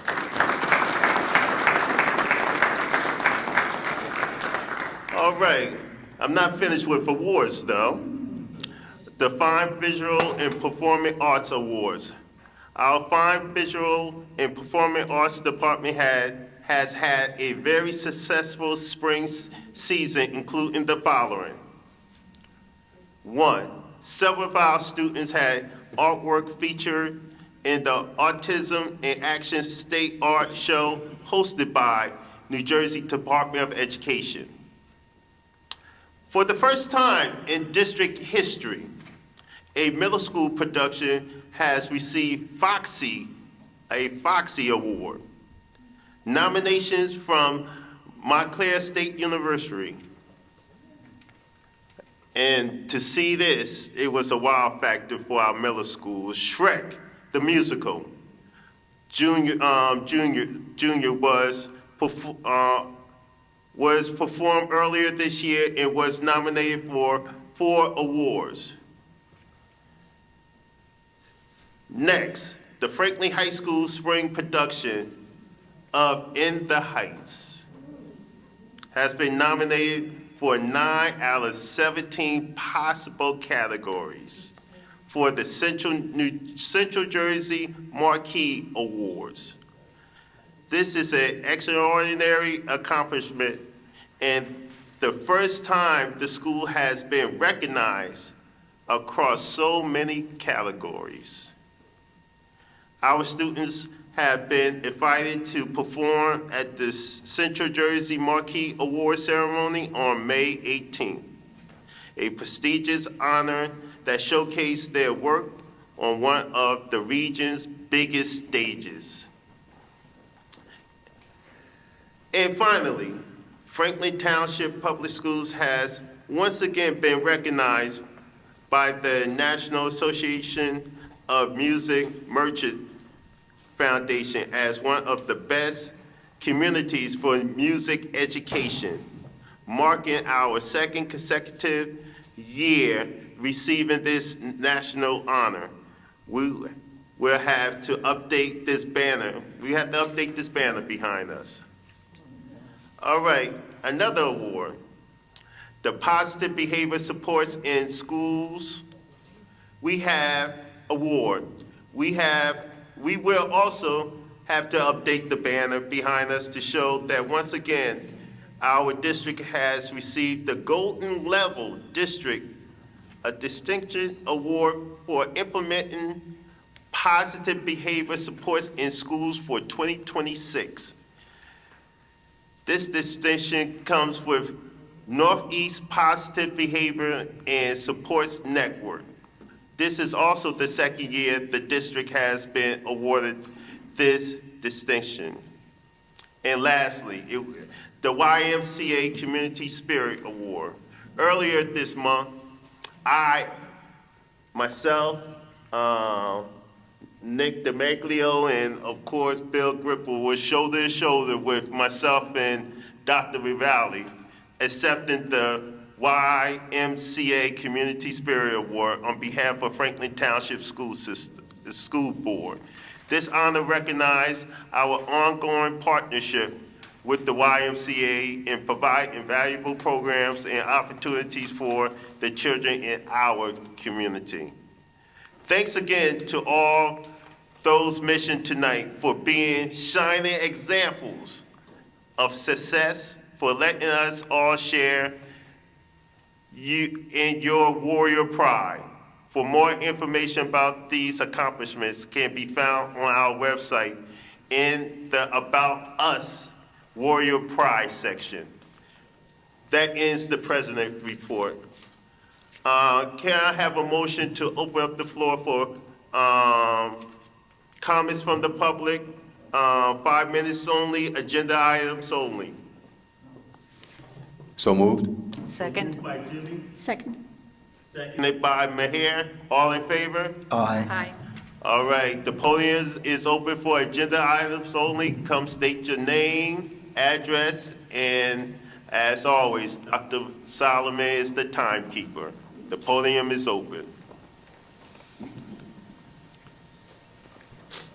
Seeing no one coming forward, Mr. President, I move to close the public session. Second. So moved by Bill, seconded by Erica. All in favor? Aye. Aye. So moved. And I am going to listen and adhere to the board advice.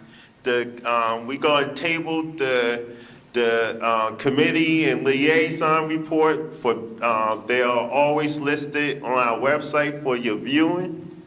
And so we will table those report, but can I have a motion to accept those reports? So moved. Second. So moved by Jimmy. So moved by Jimmy and seconded by Nick. All in favor? Aye. Aye. So moved.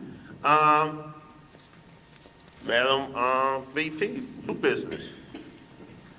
I make a motion to move into the record R1, monthly reports, M1, minutes of board meetings, A1, travel and related expense reimbursement. Page here. A2, affirm harassment, intimidation, and bullying decisions. A3, Teacher Appreciation Week.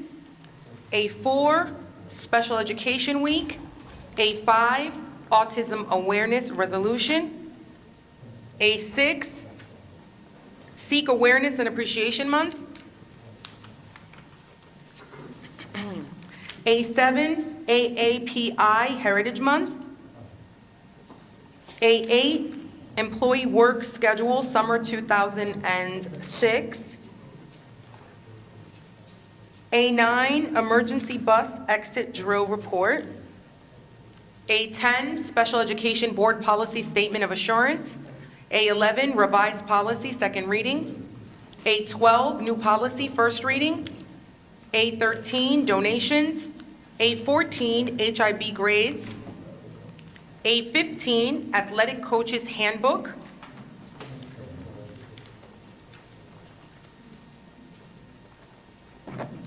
A16, Facilities Use. B1, Warrants and Payrolls.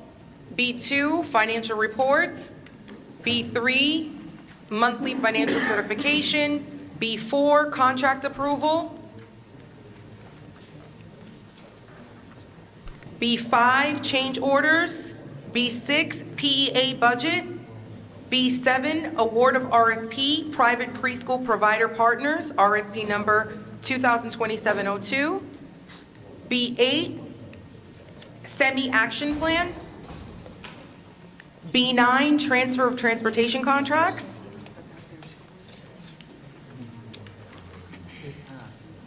B10, Advertisement for Request of Proposals, RFP, from Energy Services Companies, ESCO, for an Energy Savings Improvement Plan, ESIP. B11, Award of RFP, Attorney Special Education, RFP 2027-05. B12, to authorize the use of competitive contracting. B13, Award of RFP, Behavioral Services, RFP number 2027-03.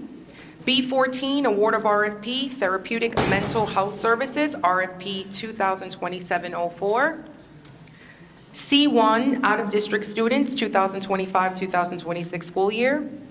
C2, Field Trip Destinations. C3, Field Trip Applications. C4, NJEA Sustainable Jersey Grant. C5, PSC&G Sustainable Jersey Grant. C6, AIAA Foundation Classroom Grant. C7, application for funding for Optimal Comprehensive Universal Screener Focus Continuation Grant. P1, FTEA Association President Full-Time Leave. P2, Revised Job Descriptions. P3, Personnel Report number 10. And that concludes it. All right, so we have a motion on the floor to move R1, M1, A1 through A16, B1 through B14, C1 through C7, P1 through P3. Can I have a second? Second. So moved by Erica and seconded by Maher. All in favor? I'm gonna do roll call. Roll call. All right, go ahead with the roll call. Mr. Demaglio. Okay, yes, except for approval of special meeting minutes from April 20th, April 23rd, and April 24th, 2026, and abstain from P3, administrator's reappointment. And yes to everything else? Correct. Mr. Grippo? Yes. Ms. Inocencio? Yes. Ms. Maris? Yes. Mr. Parker? Yes. Ms. Rafiq? Yes. Ms. Welch? Yes. Ms. Wilson? Yes. Dr. Hopkins? Yes. Motion carries. All right, so move. All right, we're getting close, we're getting close. Okay,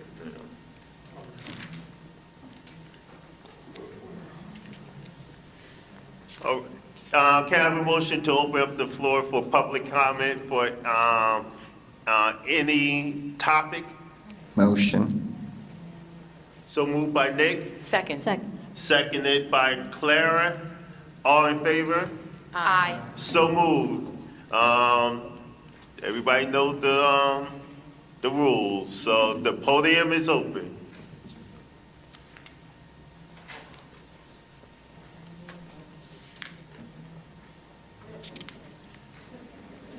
Seeing none, I move to close the public comment portion.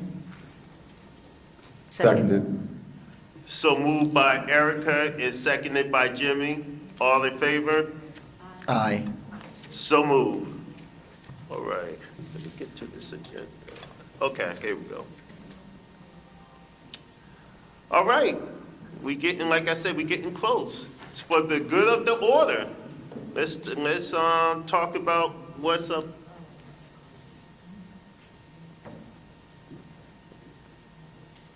Okay, all right, all right. Let's talk about good of the order before we close out, though. Let's start with Jennifer. Anything good from this previous month or upcoming? Of course, but I will try to summarize. Pine Grove Manor had their STEAM night, so families and students came out to enjoy all kinds of STEAM activities, and the students displayed their art projects. Also at Pine Grove Manor, 3 new programs began in April, all weekend and evening programs because they cannot contain the learning during the school day. They began the Academy Robot Rangers after-school program, coding and robotics. They began a basketball after-school program and also a Saturday Academy where students are developing their ELA and math skills through play. Thanks. Thank you. Jimmy? Yeah, with Mother's Day approaching, I just wanted to extend my recognition and appreciation for all the things that our caregivers do. We would not be here without our mothers, and I want to make sure that we, as a board, give a nod, a handshake, a hug, a kiss to all of our mothers, grandmothers, caregivers out there. Happy Mother's Day. Thank you. And Lori? I wanted to mention that there's a Diversity Night Festival happening at Franklin Middle School at Hamilton Street campus this Monday, May 1st at 6 o'clock. Also wanted to give a little shout out if anyone has prom wear to donate for any of our high school students. They are accepting donations through the end of this week. So thank you very much in advance for that. And a shout out to our high school track team, several members of which attended the Penn Relays this past week. And a big congratulations to our girls 4x400 relay who actually won their event. So thank you very much. Thank you. Do I need to save you for last, or you ready? Are you on me now? You ready? No comment. I spoke before.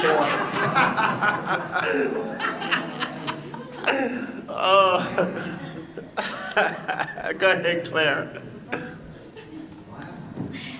At Claremont, we had a very full April. There was a Rutgers dental van that visited the school. There's also a Pacer visit, the spring choir and dance concert. There's also Battle of the Books competition, where the students battled each other about book knowledge. There's also the Autism Awareness Assembly. The district GNT invention competition was held there on Monday night, yesterday. And coming up tomorrow, there's an art show. And on Thursday, there's 2 events. There's the CES Dance Company and Club at Somerset Patriots game. And there's also a PTO Glow with the Flow Dance on Thursday.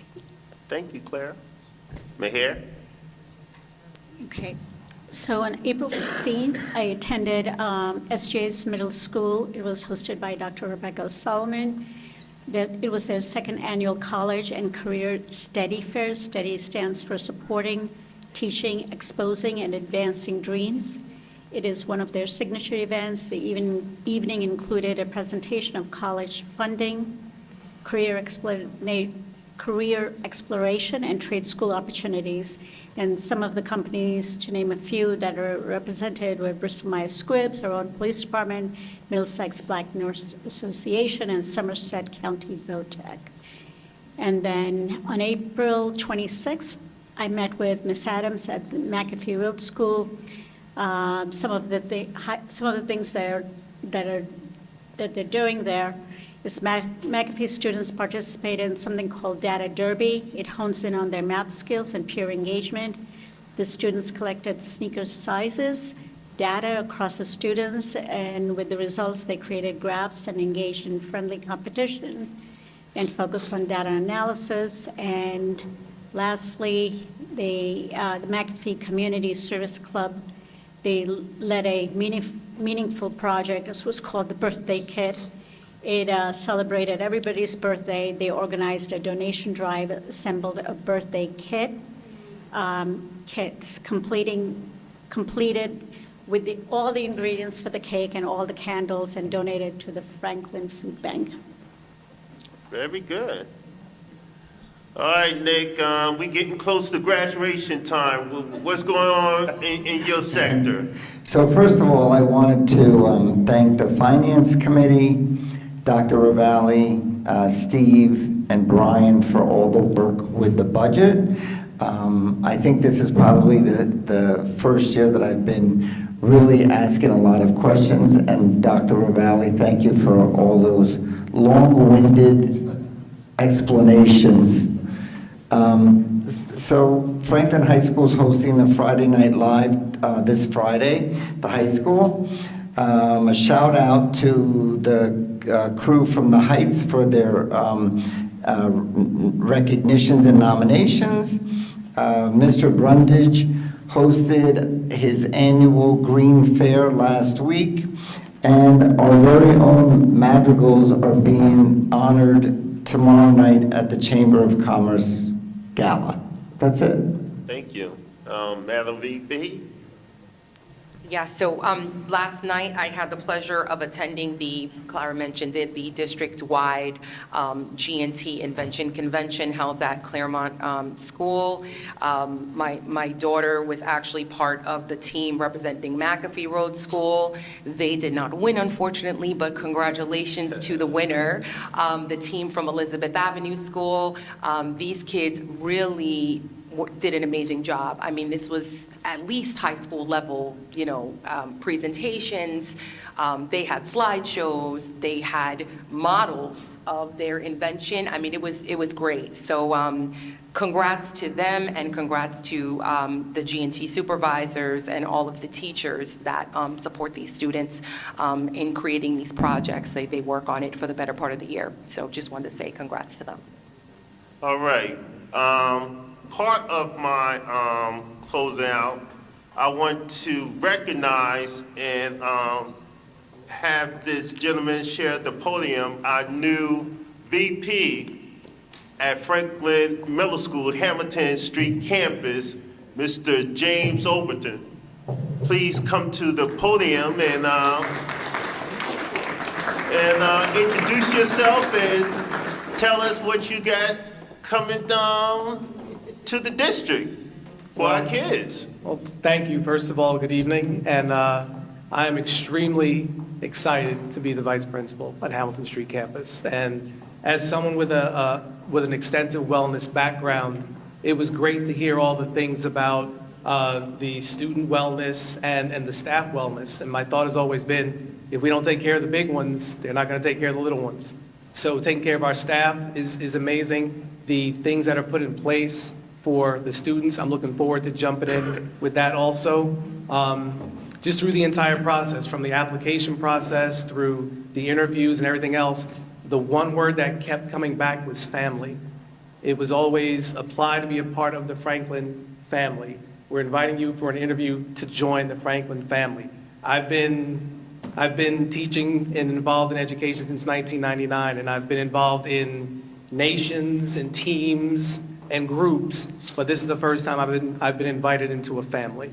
So I want to thank you for that, and I look forward to being immersed into the community and the school and just getting down to work. I'm ready.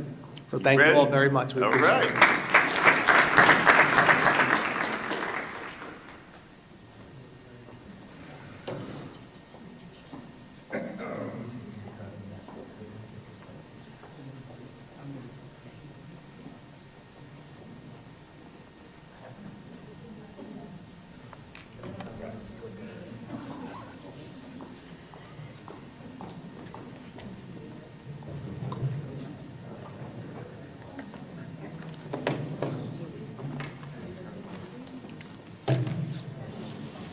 All right, as we prepare to close out, I'm going to echo what my good friend Jimmy Parker said, that we was here the bulk of the night talking about the budget, but the budget wouldn't be the budget without the mothers. So in a week or so, embrace those mothers, embrace those mama bears that send those kids to school, and embrace them, and let's give them their flowers and their praises.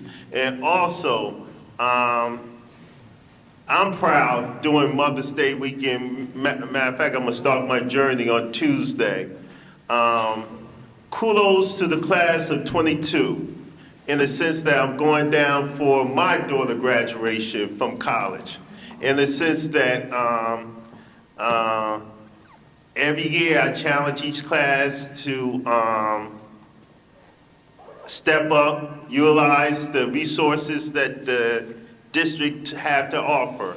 Of course, I always have my hand on the pulse with the class of 22 because my daughter was in it. And one thing, and Dr. Dam telling my story, that I could share with you that within that particular class, with the resources and the education that those students and every year students came out of it, when they went away to the Ivies, the Big Tens, the ACCs, the big, small schools, HBCUs, wherever they went to from an academia point of view, most of those kids knocked it out the skies, graduating with honors. So to hear that if you utilize the programs, it can be done in a high level.